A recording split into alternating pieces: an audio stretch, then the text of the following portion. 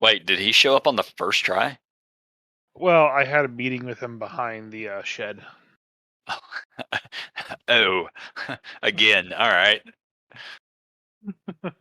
Well, he'll remember for a week at least. Hi, Craig. Hi, Christopher. Is that Hey, correct? Jay. Yeah, I said it right for once. first time. First time for everything, I guess. Yeah, it probably the last time, but Yeah. So I know we have some stuff to discuss. oh, Um, we have tons of things to talk about. Fizban's just dropped. Level Up 5e just dropped, um, or Advanced which is 5e. which is all well and good and really cool. But I want to tell you about a goat massacre. Wait, isn't that a band? I think that's a heavy metal band. Not that I'm aware of. I'm gonna Google So, it.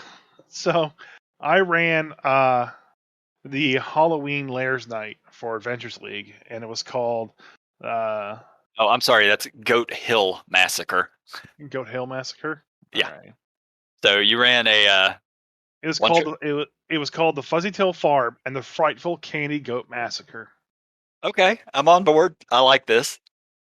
Essentially, the overarching story of this is that the candy supply in Waterdeep has run out, and you are sent to go to the farm where candy comes from and figure out what the problem is. And So when you, that literally one place in all of Waterdeep makes fucking candy. at least for this grocery store, yeah. Oh, okay. Um, you get to the farm, and then you find the farm hands are running around repairing it from some sort of damage that happened before you got there.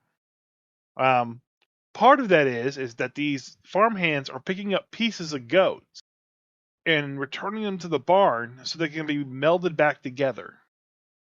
Okay, All right. so the Um, entire farm is run by the Fuzzy Tail family, the father, the mother, and a daughter, and there's all these farm hands that work the farm as well too. Now, keen-eyed adventurers playing this adventure will notice that all the farm hands have um, injuries or scars from previous fights. yeah, yeah. They're all very super sketchy. And the one guy that the father sent you to talk to get more information, his name is Skarn. And he's a one eyed, muscle bound rabbit that's the head of all the farm hands in the watch. All right. I'm So following. I love this so far. so you have to then help assemble some goats. Okay. Put them back together. All right. And you learn that people don't know what's going on, but that they think it's a ghost that lives, the ghost of a witch that lives in the swamp, and everything is candy themed. So it's like the Sour Patch Witch, Oh yeah, and the gingerbread house. Yep. yeah, the goats are made of marshmallows with like candy corn horns and shit like that. Lord. Very adorable. Uh, and you're supposed to go into the marsh, find the witch's hut, find it abandoned, but then find clues that you're supposed to go to a den. And when you get to the den, you find all the chickens that were from the farm, which are truffle chickens, truffle candies, but Right. they're Yep. chickens. And then you find the prize goat deep inside the cave being held by a humanoid spider named Silky. And the thing is that Silky was going to the farm and he was wrecking things because he was upset with the people that lived on the farm. All right. Yep. He was upset with the people that lived on the farm because he used to be part of their gang. But when the father decided to give up the gang life and go straight with his own farm, the gang kind of broke up and he didn't have a purpose anymore. He was just kind of left to be whatever he wanted to be. But he couldn't live on his own. And then the people on the farm kind of helped rub out the other farms. So this farm was the only farm that produces candy now. So somehow the adventure that I wrote that was the frightful Candy Goat Massacre turned out to be the Godfather. And luckily no one died. Well, one person got crit and he got knocked out, but they were able to fix that problem. All right. But I didn't expect this to be the Godfather of candy goats. So this is one you put together. No, it's when I got it was the Lairs Night for Okay. Ventures League for this year. I, I 10 out of lo- 10, by the way. I love running this one. no, that one I like the idea behind this one. Okay, I I like it and I hate it. And let me explain. The theme, I mean, it's wonderful. Come on, it's candy, it's colorful, it's entertaining. My only problem is that it's set in Forgotten Realms. It sounds like it should be set maybe in the Feywild on some little No, dope. that's what it Dope. is. You have to go Oh, to this domain, which is just this farm. oh, well, perfect then. No, okay, then I got no issues with it. Yeah, um, yeah, the best part of the night is the Tabaxi Ranger lady that came out. She used speak with animals to the goats, but the goat in this point in time was basically a beheaded goat that a farmhand had that they were all surrounded and were just asking questions of, and it's just a dude that doesn't know anything. So yeah. they're just like drilling him with questions a mile a minute, and she's like, "I want you to speak with animals and talk with a goat," which is a great idea. It was alive. It is alive. Okay. It's just beheaded. It's a beheaded candy goat that's still alive. So, what does a beheaded candy goat say to somebody who just cast speak with animals upon it? I'm waiting for this punchline. Ah, ah, where's my body? Ah, Okay. Yeah. hey. Yeah. No. Okay. That tracks. That seems And right. and for some reason, I let that speak with animals work the entire game. Every time they're around these goats, and when the goats got massacred yet again, all she heard was the goats screaming in pain. It's like, where are my legs? Oh god, I can't feel my legs. Just Yeah. So the farm hands, you said they had a bunch of scars and everything. yeah, they were the old hitman of the father's Okay. crew. Okay. I was my thought initially was that they were pieced together like flesh golems. Well, being that the goats could be torn apart and then put back together, I was like, oh, okay, so can the farm hands. That was a really weird addition to the thing. The goats were able to be put back together and they could tear apart again. So Yeah, I mean, it's I guess if they are made of candy, the whole thing doesn't make sense, but I still love it. You know me though. I like the weird and unusual, and that is definitely a weird and unusual uh, module. Who wrote that? Who put that together? Mm. Find out, and yeah, maybe we can throw it up in the links or something. Well, it's an official DM's Guild product. The author was Greg Marks, Okay. with a lot of different other artists that work for Wizards of the Coast. Mhm. Well, The cool props to the them. cool part about this thing was like as they had each like area, they had like the description and what to do, and then like a block that was how to make it scarier. And you can't make the thing scarier, I don't think. That I no. like to be there for some that did make it scary, but you can make it horrifying.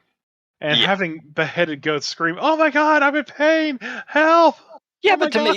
to me, that just if they were real goats, that would. But the fact that they're made of candy, that doesn't scream horrific to me at all.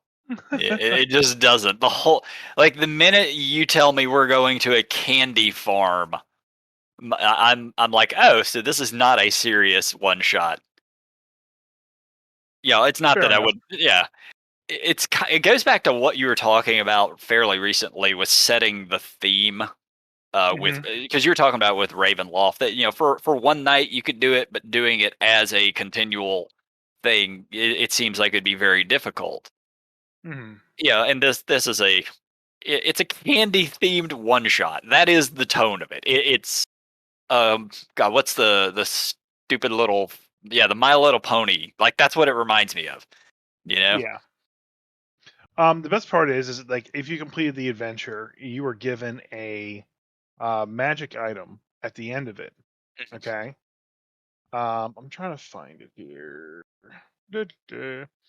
Essentially, it was um, a magic club that lets you increase the size of your ears and gave you a use of the gem spell once a night. Okay. So what essentially they did is they gave everybody the jump spell and a magic +0 club. So all encounters now they're going to be, tuned to like, oh, they're going to be resistant to non-magical damage. Gone. These Yep. these 7 players now. Yep. They So all call the magic tagline now, yeah, as it were. it's a lot to give to somebody. Yeah, I mean, honestly, you can buy a moon touched sword for almost nothing. It's like 100 gold. Yeah, but Eh, it's still. Yep. The other funny part that happened was I got to use one of the first minis I ever bought. Okay. It's a huge spider. It's big, red, has a lot of spikes all over it, and it has like these 2 long claw arms. I've never used it because I could never find a time to actually use it. But since the bad guy to this adventure was a spider, I was like, oh, it's you now. Yeah. By the way, I you got remember? I know you remember Aqua Teen Hunger Force. yeah. Yeah. Remember the episode with the giant talking spider? Yeah. Yeah, that eats people juice. But he was actually running a candy racket. That may be where they got the idea. It might be. He So was. Yeah. yeah, Yep. it's the Haragon Spirit Club. This Nautic club houses the spirit of a Haragon. While wielding the club, your ears grow long like a hare's ears, granting you advantage on wisdom perception checks involving hearing. In addition, while wielding the club, you can cast a jump spell. This club can't be used to cast jump again until the next dawn. So yeah, jump spells, long ears, and it's a +0 magic club. So it Fair. was kind of neat to hand out my first magic item in Avengers League. Is that the first one you've ever handed out? Uh, like this, yeah. There's Adventures League has like these things where like you complete an objective and like everyone gets this special magic item or something like that. Right. But this is a one-time chance to get that magic item. You can't get it again. Okay. Like you can run this adventure until the end of November, and then it can't be run again. So this is the only time you can give out this magic item. Yeah, so it's kind of like a just thinking magic terms of Magic the Gathering, the Friday night Magic. They'll have a limited promo card that you can only get for a Yeah. couple of months or whatever it is. My hell, it might even be a week. I don't remember. So what's really weird about that is that if you go to jaspersgameday.com, which Jasper's Game Day is something that Wizards runs games for and raises charity money for. I think it's a suicide prevention charity. Mhm. If you go to their shop, okay, they have a bunch of really cool stuff to buy. That's all Jasper's Game Day stuff. Like they have a set of dice and shirts and whatnot. But then they have Adventure League like companions that you can buy from the store. Oh yeah, I see those right now. Winter Wolf Puppy, Snowy Owl Fox, Hmm. Nautiloid in a bottle. That one's Hmm. actually that's pretty sweet because that's Spelljammer in a bottle. Aurora Borealis Lantern. That's not a companion or whatever, I guess. But Yeah. oh, So if someone bought this and brought me the certain game, they have this item in Adventures League. They could walk over to me and go, "Hey, your adventure's cool and all, but look at this Noloid in a bottle, broken. We're going to Theros." we're spell jamming. We're gonna end up We're, on Athos and go to the Dark Sun world. it's like this is a Theros campaign now, suckers. um, Huh. there was a limited time Goblin companion you could buy off of Jasper's Game Day, and they're only selling 200 of them, and you can't see it now because it's sold They're out. all gone. But these are like $50 a piece. Well, yeah, the Nautiloid I think was the familiars. Well, the owl familiar is 20. The Winter Wolf puppy is 30. This is for people who have money and really just kind of want to use it. Yeah, so I know I've said twice already of things reminding me of things, but this right here reminds me of you. If you buy the Grumpy DM dice, you get a one-shot something that gets used in a campaign. yeah, I'm still Uh, waiting for some stories behind that. Yeah, like Lord knows when it will actually get used in my campaign, but one of my players does have one of those. Uh, we've sort of been on hiatus for different reasons the past few weeks, so nobody's been running any D&D, but we will be getting back to it here in a couple of weeks. I can't do it next weekend because I'm out of town, but Um, so I have a character in Adventures League that I've been keeping track of and running, and it's my Thaladred character that I always run. sure. And I got a lot of DM rewards from the previous games that I basically just DM for. Yeah. One of the things I have is I actually have a spider mount without its fangs. I have a Does it follow your commands? yeah, and I can Okay. ride it, and it has climb. All right. I mean, that's pretty sweet. Who Yeah, doesn't want an awesome mount? I had a couple things that expired February of last year, or this year actually. Um, like I could use this cauldron, and I could pull out whatever potion I wanted, up to like 100 gold in Oh, total wow. All right. each day. I So mean, like, most potions are here's worth healing more than that. potions. But yeah, but you could pull out a couple of minor healing potions like that. Yeah. So it's really kind of interesting that these things exist there, and like I kind of want the pirate puffin. I keep looking at him and going, "Yeah, I want that pirate puffin." Pirate puffin? I don't see this. It's an Adventures League legal pirate puffin familiar. Oh, is it not Uh, on Jasper's game day? no, it's on Jasper's game day. All right. I For don't those of see it. you at home, picture a puffin, have him all poofy with his wings stretched out. He has a tri-corner cap on.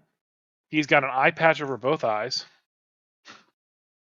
Uh, he has on like this like that little weird like floofy coif with a little skull necklace, and then his feathers on his like stomach and chest are all white except for a couple of dots that make it look like he has a skull on his tummy, and then he has a peg leg instead of two flipper feet. So he's Punisher puffin. He's Punisher puffin. Yeah, I really want that puffin. $20, it could be mine. Shame. Um, It's a shame I don't see it anywhere on here. yeah, Oh you're well. not looking hard enough. Yeah. Well, I'm trying to podcast. It's hard to do multiple things at once. Anyway. Um, so I'll give you a quick update too for my my actual owl campaign. We actually got the lore dump. There's a museum that I set up that was like the lore dump room, Mhm. for lack of a better term. Um, in that room, they found a lot of treasured items, um, just things worth value they could bring back and sell if they Yeah. wanted to. Um, there was a turtle there that if they looked into the turtle, they could see the turtle's relative position it would have if it was on the material plane and in the Shadowfell. And since the big bag end guy has a lot to do with Shadow, in the Shadowfell, they could actually locate him on the Shadowfell, and one player did. So that was interesting. And I got to actually describe some of the boss for the first time. All And right. uh, they also found a clockwork um, warforged on a clockwork horse. Just kind of, I threw that in for my wife because she was a artificer. There was a there was something that I wrote because Grumpy Dungeon Master Panda made the map for me, and in the middle of the map he put this like Sphinx character with a human skull and like 5 gems on it. And I was trying to think of like, okay, what can I use with this? What can I do? The Demi Lich. I didn't want anything crazy. I just wanted something that like they could if they effed around and found out, they would find out. But I wanted something still to be kind of scary there. So Yeah. this is the notes that I wrote for it, and I'm going to read them off real quick. Um, I called it the Death Cat, the cat that deaths people. Staring into the vacant eyes of the skull for 1 minute, the player must make a DC 13 Constitution save or die. A red gem on the head will glow. If 5 sacrifices are made to the statue, summon the end of the campaign. So Seems appropriate. Yeah. Yeah, I mean, if they all kind of like stared into it and died, and that's the end of the campaign there. I mean, like, Yeah. I couldn't think of anything else to do with this death cat, you know?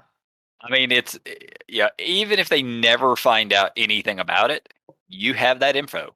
Yeah. If they ever decided to do anything with it, there it is. Yeah, just stare into the eyes for a little bit. Yeah. Um, Yeah. I also I also put in there a magic amulet from the founder of the Glidesky Roost that she left with this place because they'll learn why hopefully here soon. Um, so to find like her personal amulet in a museum got them a little suspicious, and then I kind of explained to them what they saw with the portraits all around the museum, kind of like showing off those like regal portraits they have of every king and queen that's ever served, Oh, yeah. and how they started off as like this elven race and then grew bigger as time went on. But they also saw that the portraits themselves showed more and more horrific acts in the background. Like one would show like each portrait would show each king or queen's greatest accomplishments. Like one of them was like the slaughter of another elven city, you know. Yeah. Of One course. was the enslavement of fairies, you know. So it's like they're getting definitely cruel and twisted as time goes on, and they're also growing in stature. And then near the end is when they start kind of like getting that purple sheen through their skin, and then they start kind of getting more corrupted. Their eyes turn yellow and stuff like that. And one of my players correctly guessed that this was basically the beginnings of the Fomorians. Um, and that's essentially the story that I wrote. Is this is how the Fomorian race was so corrupted and evil that they actually became the Fomorians that everybody knows. Yeah. They became sick and evil and twisted. Yeah, because that's the only stuff I could find in all of the canon books. Well, I should say canon books, and in the older second edition, whatnot. There's It, not much. There really yeah, isn't. was that they used to be elves.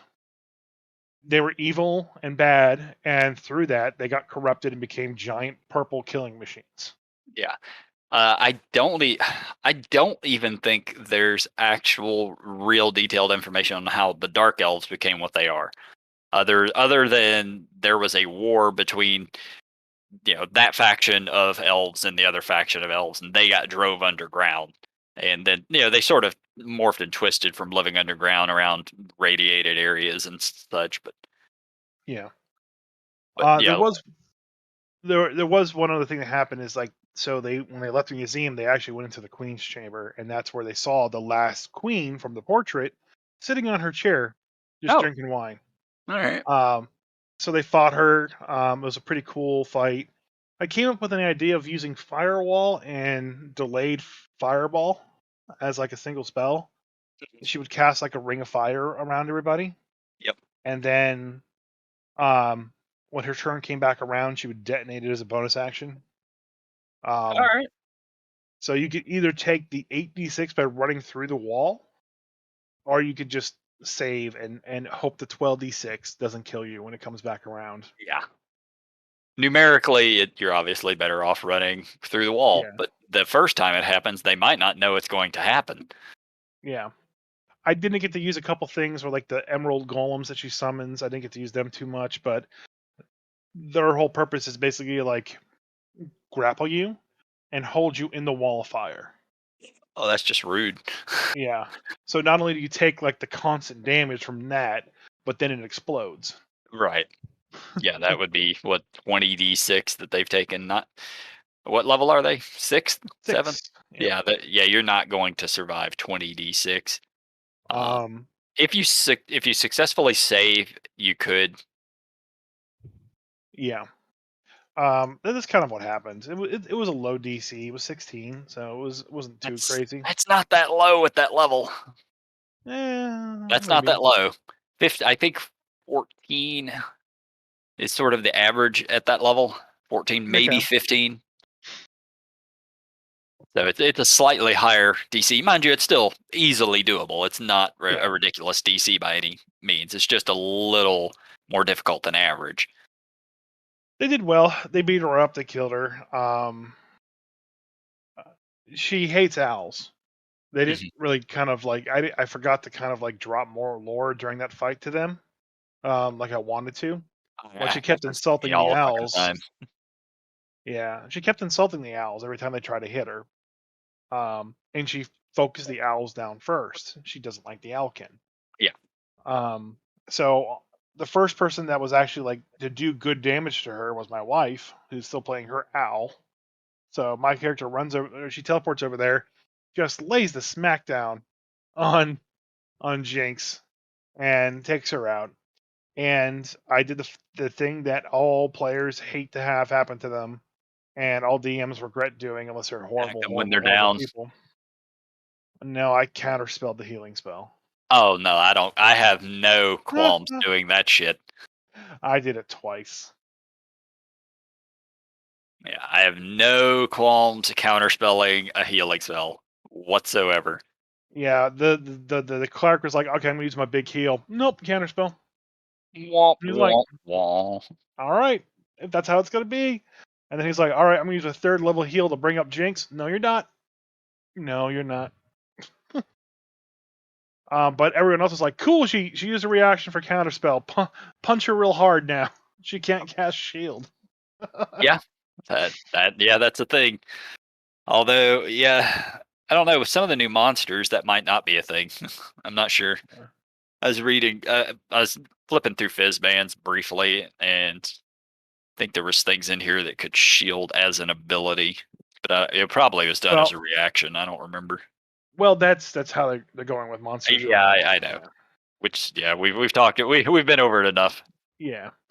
The one Oh, last thing that was in the oh museum no, no, was no. Here it is. Actually, oddly enough, I flipped right to it. Magic shield 3 times a day. When the draconian is hit by an attack roll, it can create an invisible barrier of magical force around itself, granting it +5 bonus to its AC against that attack, and potentially causing the attack to miss. It's not even as a reaction.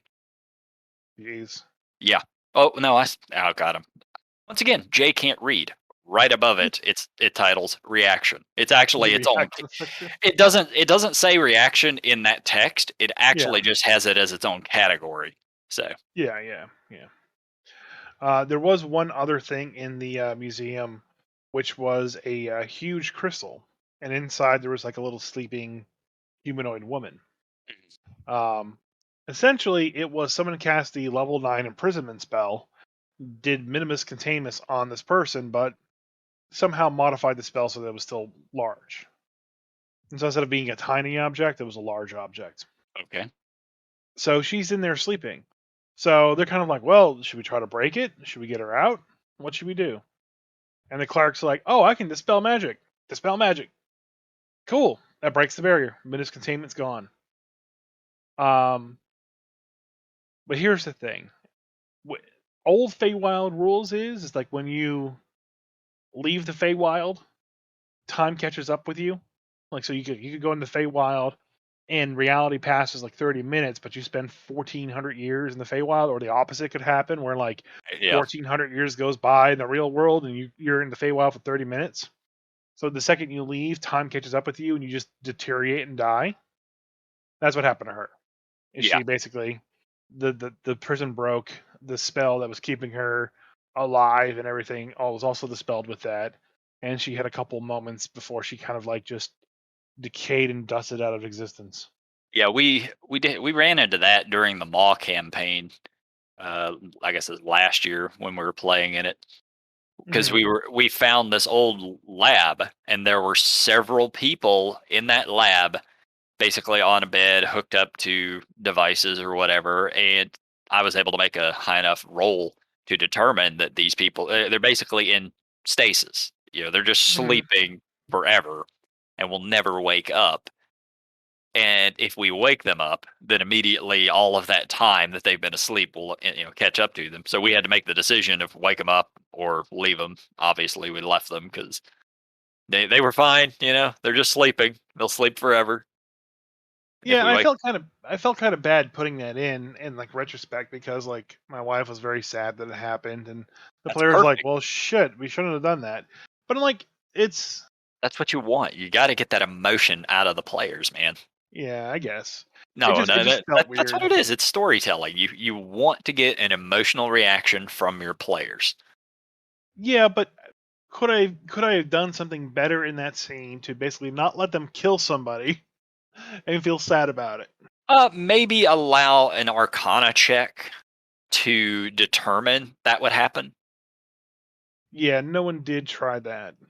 Yeah, I mean, you you could maybe if nobody tried it, if they just went straight to waking her up, but if they were talking about it and thinking about it, you could throw the hint of, you could make an Arcana check. Yeah. It's however you want to play it, but I think that going forward, if you run the campaign or whoever runs it, that should be it should be an option. They should be able to at least determine that that's what those magics would do. Okay. Because I liked it. I just didn't want them to feel like, oh shit, we killed somebody. Oh well. Hey, accidents happen. I did kill one player again though. Of course The you did. counter did go I up. would imagine that, yeah, like that's just got to be at least one a week. Otherwise, you're not actually DMing.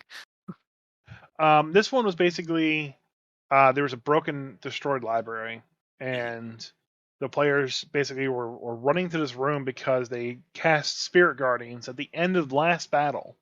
So they were like, "Oh shit, we got 10 minutes to make use of this. Let's go to the library where we saw the ghost lady and kill her with spirit guardians." Yeah, makes Because sense. you got 10 minutes, you got to go, you got to go, you got to go. So they'd run over there to the librarian, um, and the picture I have is I'll put it in the Discord that I use for it. But essentially, it's the lady, the librarian lady from Ghostbusters. Yep. Okay, Yeah, the old so did she shush them? yeah, I actually had to bring up her information. So when she's the elderly lady, she's a class 4 semi-anchored entity ghost, and when she transforms, she's a class 7 full torso floating manifestation. Yeah, yeah, the exact terminology from the movie. To a class 5 transmogrified manifestation in the board game, and a class 3 vaporous full torso apparition. I love I love Ghostbusters so much. I can't wait for the movie. Yeah, Um I because just like I just watched the you ever see the show The Movies That Made Us? yeah, yeah. Yeah, it's on Netflix, but it goes through how they made a lot of the films that we grew up with, and Ghostbusters was the first one of those that I watched this week. It's kind of So interesting. Yeah, like apparently I never knew it, but Dan Aykroyd, who was more or less the guy behind Ghostbusters, like his whole family were a bunch of people who would do seances, and they were mediums, and all of the stuff that goes on in Ghostbusters is things that his family just had interest in. So naturally, so did Dan Aykroyd. yeah. But the terminology that he came up with, all the words that he used, that the techno babble that they have in Ghostbusters was Probably just real. fantastic and amazing. Yeah, like I loved it all. it is more than likely stuff that was written in the 1800s. Yeah. So I hope there's a lot more of that in the new movie. That was one of the things I didn't like in the reboot of Ghostbusters, but they Yeah, kind of focused more on the technical aspects of capturing ghosts, which was okay, which would have worked with a different director. But and we all know about that one. yeah. Um, I never saw that one, but I wonder if you could do something like that in D&D. Create a class that's specific to trapping ghosts. Actually, you definitely could. I know there's yeah, lots of Asian, not it's de- necessarily classes, but Asian themed ideas of using spirit bonds and such to yeah, trap and it's ghosts. definitely an artificer. Yeah, yeah, it would have to be an artificer, but you could make an archetype that would do that. So when she transformed into the scary thing, it was basically a banshee with poltergeist abilities, is Mhm. what I made her. Because I was good playing and doing like the floating books and stuff like that, and have her phase in and phase out as they kind of like walk through the library. So if they did do some loud noise, that she would transform and start fighting them. So they run in there with the spirit guardians going. They hit her with it. She transforms. She rolls like a 22 on initiative. Okay, Oh, which means she right. still goes third. No, everybody else like critically failed their initiative rolls. See, that is the exact opposite of all of my D&D games. If I have a 22 on initiative, I'm going third or fourth. The one time where it was super critical that they go first, and they normally always do, they fumbled every single one. So she went first. She transformed. She let out the banshee wail, and then everybody passed but one. Thump. Sayonara. But they have a cleric with them, the cleric robot. So he just like, oh, I got revivify. Eh, There Fix you go. that problem. Yeah. I mean, Um, Revivify is not a great spell, but there are times where it's nice. That's one of those times. You don't have a lot of time to get them back standing. right. I think next character I'm gonna play like for a serious D&D campaign is gonna be a cleric, because they're the one class that messes me up the most as a DM, Mhm. just because I don't know all the shit that they can do Yeah. every bloody damn day. Like Yeah. the wizard's pretty straightforward. They're gonna damage you somehow, so it doesn't really matter. You've never played with me because I don't normally play damage wizards. I play enchantment wizards and stuff Right, like that. but then you have to be very specific with what you're saying.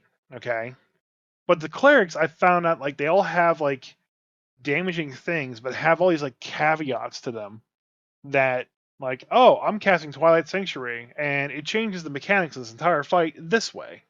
Mhm. But they don't. But the cleric people who play clerics don't ever explain that. But like, if you're casting an illusion or enchantment on me, you have to tell me what's going on, or else I'm not going to know. Yeah, But the cleric's like, oh, I'm just going to cast Spirit Guardians. Everything around me dies. Like, that's not exactly how it works. but that's my experience with clerics so far.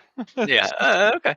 Yeah, it is good to play every class out there if you can. I mean, I've played most classes in 5e at least a little bit. Yeah, and a lot of it is just to learn how each of these different classes operate. Like I don't think I've ever played a ranger, and honestly, like ranger and bard are probably the ranger bard fighter. I think that's the only ones I have not played at all for 5e. Never Everything else played I've at least fighter. played. Every other one I've played in a campaign or at least a one shot. Yeah.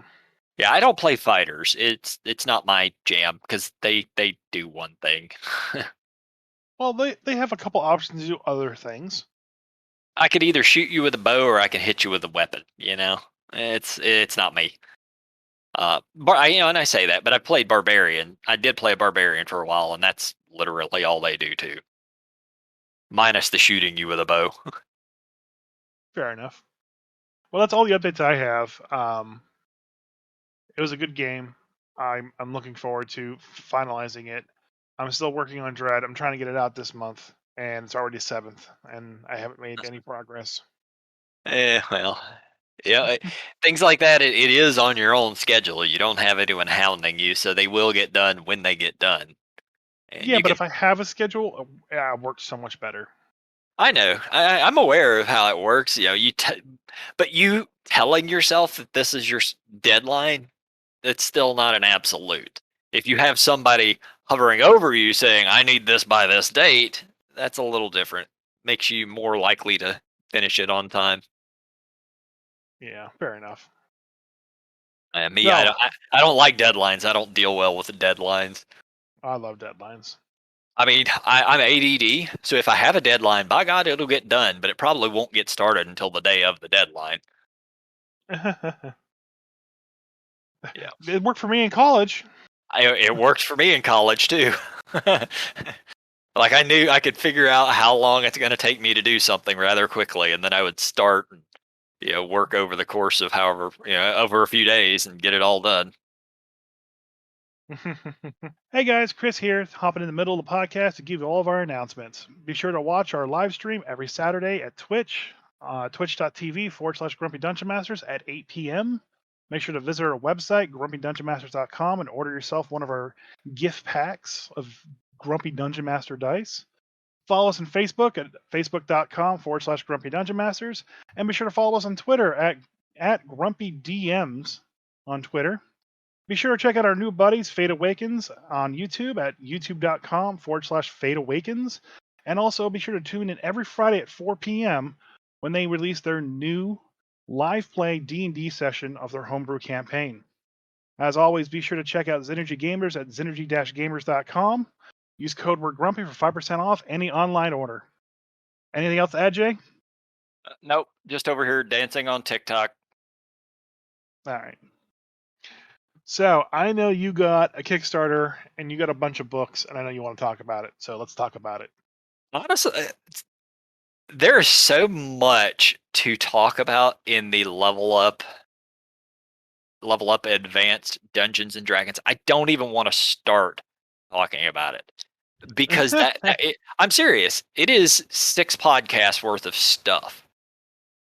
It really is just so much, and I have not had enough time to fully parse through it. If you want, we can definitely talk about a few things. I know me and you, our friend Christian, we talked about the Destiny part a little bit last night, of which I'm a huge fan of, and you were absolutely not a fan of. Well, was a Destiny the same thing as a gambler thing where you know what people want to spend? No, no, no, it's the one where hang on, let me find it. So we're talking about it. Destiny is another thing that you determine when you create your character in the advanced 5e rules. And so just assuming that the example I gave last night was wealth, because I played a character whose destiny would have been wealth. Mm-hmm. And what it is it's a new way to get inspiration by performing other tasks. Normally with 5e, you get inspiration just by uh, the DM saying on a whim, "You did good. Here's you an inspiration." And Which I you always personally, forget to do. yeah, I was gonna say you personally have said many times you just forget to ever hand out inspiration. So Yeah. this actually kind of puts it into the player's hands a little more. Okay. Uh, you could absolutely still hand it out the way you normally do, or they actually have lines where if they complete these tasks, they get an inspiration. And Okay. in the case of wealth, since that's the example I'm using, you draw inspiration from spoils both easily gained and hard fought. You gain inspiration whenever you acquire substantial wealth. And then it says that equals gain currency or property worth at least 100 times your character level in gold. Receive a magic item that is uncommon or rare without purchasing it. So Well, if see, you I don't mind that because then it's on the players to remember to give themselves inspiration. yes, and they should obviously tell you that hey, I Right. did this. Can I have an inspiration? But it's got the hard lines right there on how to do it. And it also added another way to use inspiration. Normally, inspiration just allows you like a reroll or some such, but this actually gives you the inspiration feature. Everyone has a price. And this is where you didn't like it. Uh, Yeah. you can see the glint in people's hungry eyes as they watch money change hands and can perfectly name their price. As a bonus action, you may spend your inspiration to accurately determine if a creature you see will take a bribe and what price they will accept. I love this because inspiration it's boring. It it's rarely ever handed out, and it doesn't have a lot of actual purpose besides a reroll. Whereas this actually gives you a secondary thing you can do with it if you want. And it's still not easy to get inspiration, gaining currency, property worth at least 100 times your character level in gold or receiving magic items you didn't purchase. That still might happen once or twice in a game session, maybe. Right. So you wouldn't even be able to use this thing that often. Well, I mean, you're able to basically see the inspiration part. Yeah, it depends on how often you're getting treasure. I mean, Yeah. if you run like the Waterdeep campaign, you're getting hundreds of gold worth of art artifacts like every other session. Right, You know, but yeah, so you're getting an inspiration every once a session or once every 2 sessions. which is Uh, about right, which is yeah, fine. yeah. Um, my issue is that other mechanic that you mentioned, Yeah, where they the can basically tell the perfect price to bribe somebody with. I hate that. But your reason for hating it wasn't that it wasn't of what it does. It was more of the fact that you feel that you then have to track that bribery and the price that was paid.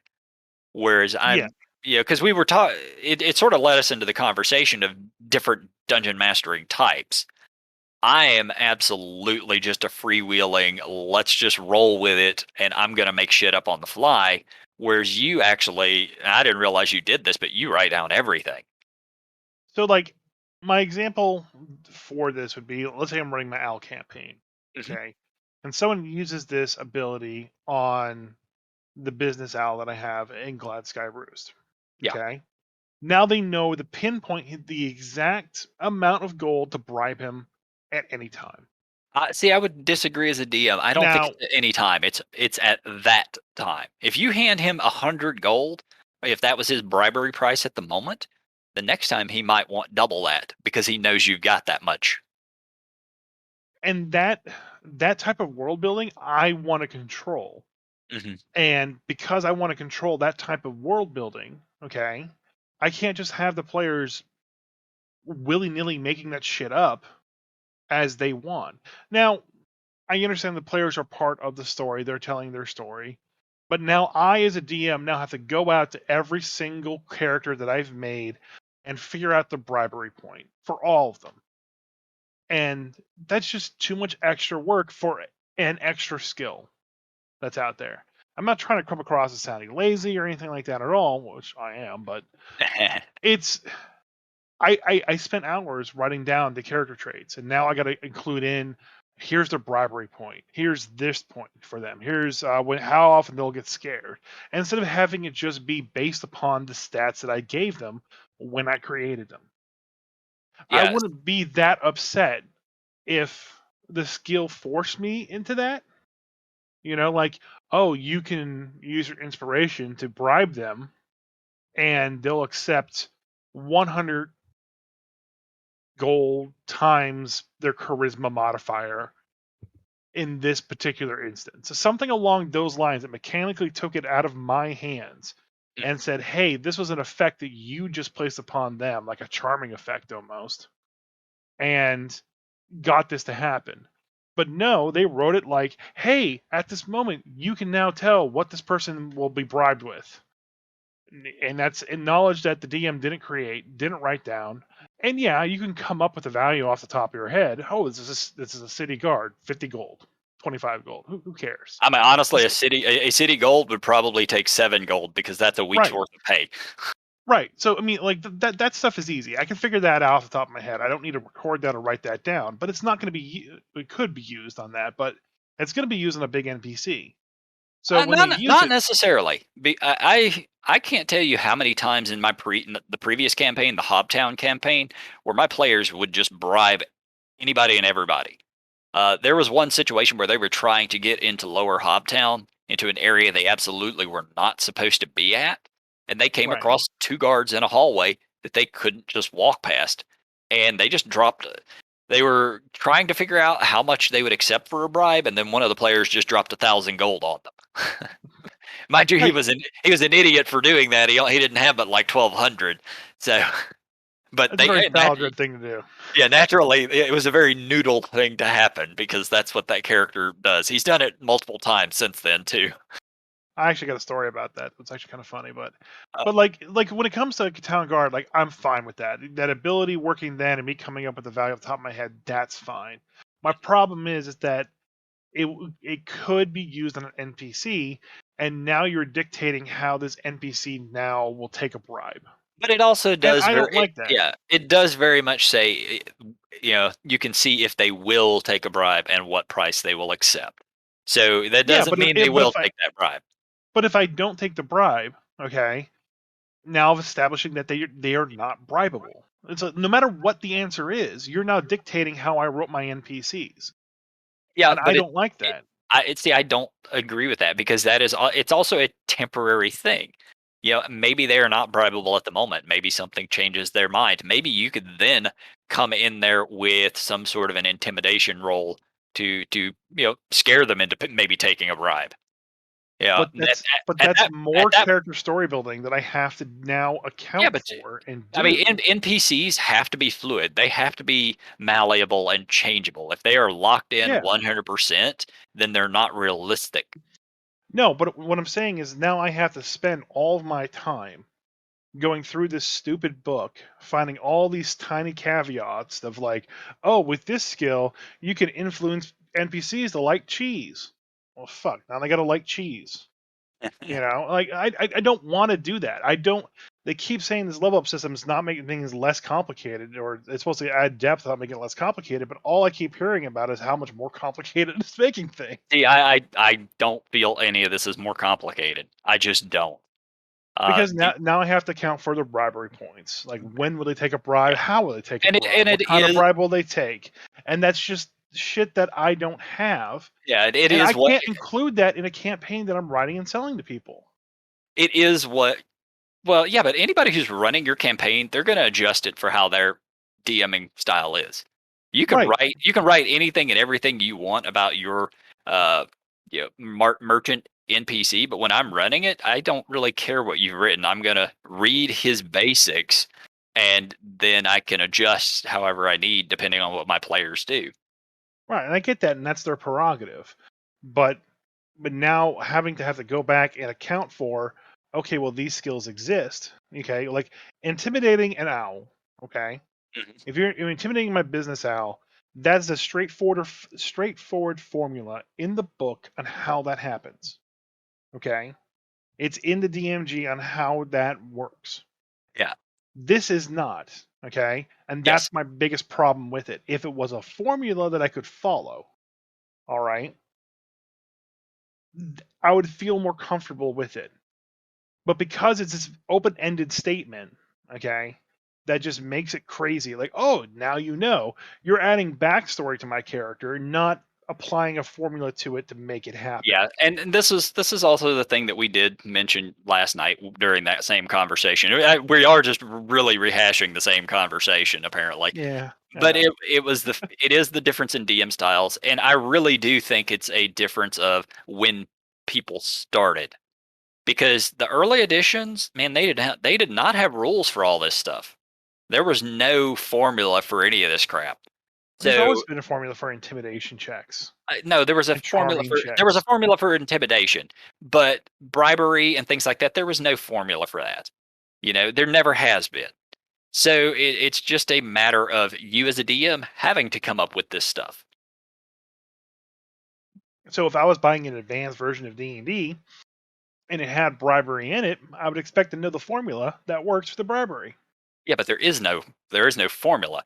You know, you're looking for and it's how it seems to be how your brain works. You're very clinical. You like Yeah, it's almost like a programmer. You need things to lock in very specifically in this exact way. And then people like myself who are incredibly ADD, man, we're just going to fly by the seat of our pants. I will make shit up the entire way. And for me, that's just how it works. For you, that's how it works. Neither one is right or wrong. Right. For somebody like you, all this extra all this extra stuff might be terrible. For people like myself, this is perfect. It just leads me down this huge line of extra work that I have to do to make an NPC workable. And like I said, this is one example you pulled out of this huge book of extra rules. Mhm. Like, what else is there in that book that it's just going to be like, well, I don't want my characters having dietary problems, but now because they're a chef and they can force their bakery goods on other people, now I have to basically tell Chefery them is a thing. It is a thing in this what edition. nuts and berries these owls will or will not eat. Like, there's creating a cool story for a character, and then there's going overboard with it. And there are going to be plenty of people out there going, "Oh shit! Well, Ferguson Pygmy is a business owl, so he's definitely is maybe bribable. He's definitely of not a good alignment. He's neutral. So, does this bribery work on certain alignments better than others? Does this bribery skill work, really good if they're chaotic neutral? Like, where is this information? You're just giving me open statements that sound really cool on paper, but there's nothing to back it up in my game. and now I have to make it up at the top of my head, which I can do. Which you But should now it do becomes, because you're the dungeon master. but now it's become a hard, fast rule that okay, Ferguson will accept bribes of 1,000 silver at least. That time, maybe more Yeah, next time. Maybe not at all next time. It might depend on what the bribe is about. no, but they use his ability again. And now, oh, Bing, here's the value. Like I don't. You're taking control out of my hands, and you're making it so that I have to know these things and know how bribable a PC or NPC is. And Anyway, that's just we're not not gonna, aesthetic. we have our thoughts on this, and Yeah. I don't ever see that changing. I hope that other people, you know, I know that other people like this. Obviously they do. I mean, this thing pulled in around $1 million on a Kickstarter, so Oh yeah, I mean, from the outside, this is a lot of great changes, but like those things that don't have formulas associated with them, I can't yeah, fully get behind. Like yeah. if there is, and I can bring it in You may easily. want to try the game Fiasco. Have you ever No. heard of it? I know you know who Jason Morningstar is. Yes, I know. Yeah. Yeah, okay. The creator of Fiasco. Fiasco is basically it's a ruleless role playing game. I've played it multiple times, and if you have to have these rules set in place, it's going to drive you fucking nuts. And I want to see it. Well, I'm not allowed to play Munchkin in my house for other reasons. Well, there's rules in Munchkin. Like there are hard set rules in that Right. game. But Fiasco, it's basically it's broken up. You start off with a premise, and everybody just starts role playing. Like the one that we've done, I think we were gangsters working at a bakery or something. Hmm. Mobsters working at a bakery, and then we all just started role playing mobsters working at a bakery. And one person would say one thing, and then somebody else would effectively add on to the story, building their own sort of character along the way. But there's no dice rolling with that. There's just role playing. There are no rules on what can and cannot be done. And Hmm. the only dice rolling, I think it had a D6, and you could do it twice per game. If I recall right, it was to force somebody to change an action they had just done. Hmm. But that's the effectively the extent of it. And you would play through a few different chapters of this, and it was a hell of a lot of fun. We played it several times a few years back. But you may want to try something like that to help get your brain out of the need for a strict rule system, or at least see what it's like. Because No, we're the same way. We play a lot of games that have very hard, strict rules. Warhammer, Magic, LARPing, D&D. you Might be still something there? you want. Yeah, I'm still here. Sorry, it might be something you want to try at some point. I see that game is fun, and I watched and play it on let's say tabletop, but that's not what it was. What Wheaton show was. I can't remember. Yeah, no, that was it. Yeah. Geez, what was that? I don't Um, remember. But yeah, I watched that one too. yeah, and it looks great. It looks amazing. I think I could play that game that way. Wouldn't be a problem. Mhm. And I've been trying to get Jason Morningstar on the podcast too, by the way. Oh yeah. Yep. Um, because following him on Facebook is the most magnificent thing on the face of the planet. The stuff that he posts about is just so crazy. I love him. Um, but when it comes to D&D and a game that's basically built on rules and built on rolling the dice, just to have this thing pop up out of nowhere and give you the set value just because it's just not it doesn't fit with how I function with D&D. And now that rule, if it was a core rule, I'd be very upset that it was, because there's just nothing behind it. There's no stat behind it. There's no roles behind it. It's just a thing that now exists, that now you as a DM have to just know. You now have to know how much his ancient dragon turtle will take as a bribe. Yeah. How I mean, much fish well, will they hold on, take? hold on. An ancient dragon turtle, we know will take bribes. he needs 15 million pounds of sardines. You know, like Feed. now, well, that's now a thing. They You they know, they literally discuss that in Fizbans as to dragon turtles specifically on how much you have to pay them. They don't give you hard numbers, so you then have to make it up. right? So it's just weird when you're trying to build a story and build it around. Like I could add a line to Ferguson and say, hey, he's really susceptible to bribes, but has a huge high price point, and that's how I would handle it. But now I have to put that in. If this skill was in there, I'd have to put that in now for every single NPC.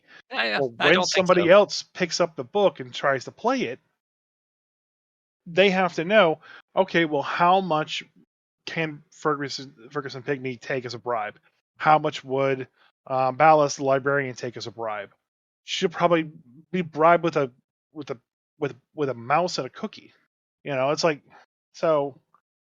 It just that's what bugs me about it. It's just the straight open endedness. You're not adding anything to the story, but you're creating rules now that the DM has to play by.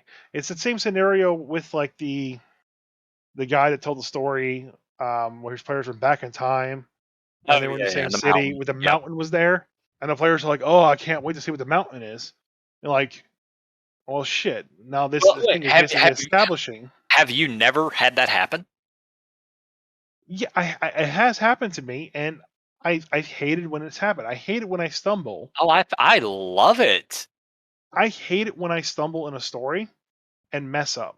And it I happened in my L campaign because I told him that all he needed was an emerald from this place. Mhm. Okay. That was my mistake because along the way, they found a fuck ton of emeralds.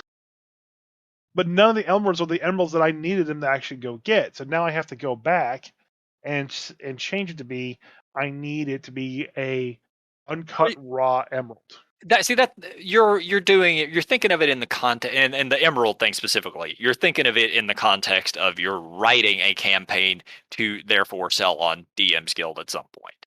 So Yes, and that's what I'm upset with. well, this doesn't have anything to do with that. I know. The like yes, in that case, if you gave the wrong information, yes, because you're trying to write this thing and get it correct, that kind of stuff you sort of do need. But the whole bribery thing, once again, DMs are just going to come up with what they want. It's not going to make any difference. It's not going to, it doesn't have to ever be written down as to what these people take. You sure as shit don't have to do it for every NPC. Uh, But there's gonna be a time and a place where DM's gonna go like, oh shit, you use his ability on Ferguson. Well, how much is he gonna take for a bribe? He's gonna look up the paragraph on Ferguson and read it, and oh, he's a shrewd businessman. yeah, Nothing about him taking bribes. and they can make that decision right then and there on whether he will or won't, and Right, they can but make that decision on how much. right, and now they're basically saying, okay, now this businessman who would, in my opinion, probably never take a bribe, Mhm. okay, because he's a legitimate businessman, and that's why I said that words moments ago. Now he's taking a bribe and broken character. Well, maybe for their game, it's not your game at that point. You're not running it. Right. But it's more caveats of more rules that I have to now include. Hmm. I It's see. like, Yeah. Anyway, we've hashed this out enough. Like God, we've listen, spent the this last horse is 20 still minutes. alive. I'm gonna beat it some more. No, yeah, but can you beat it with a different stick? I don't even know if anybody would want to listen to us argue about this garbage. that's exactly what the tune in for, man. Yeah, that's fair. Yeah, I we talk on this podcast a lot about dungeon mastering stuff, and this is one of those scenarios where it is very just different styles of DMing. Neither is right or wrong. No, I but love the free flow. You don't.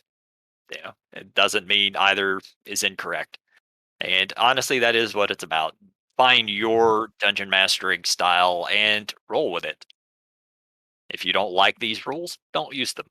I can guarantee it will never be in an official rulebook because it's too much extra word count.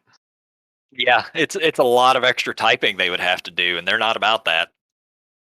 I mean, I'm assuming that like a wizard's book has like a certain word count Oh, associated with it, absolutely it does. and like this information that we would have to add in there, okay, to flesh out these NPCs more instead of making them, because you can write an NPC for a campaign to be very open book.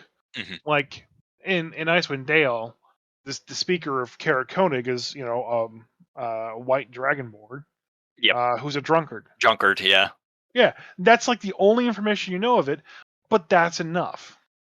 yeah. It was You enough for know? me to. It was enough for me Yeah, to NPC him. right. My players didn't interact with him a hell of a lot, but they did meet him. Uh, And this this book, however, is 651 pages, so it's literally more than twice the standard yeah, player's handbook. but like I said, if they add in a bunch more of abilities that do things like that, then you'd have to take that. Oh, this is the speaker of Kara Koenig. He's a drunkard. Um, his favorite color is blue. He The likes hard liquors versus beers. I Like what and we can't put that in there because it would then destroy the word count. once again, completely disagree. We coming back to the exact same thing we've said 30,000 times. You could give me that exact same NPC, and you could Hmm. tell me the exact same stuff that is already in Icewind Dale. I don't need any more information.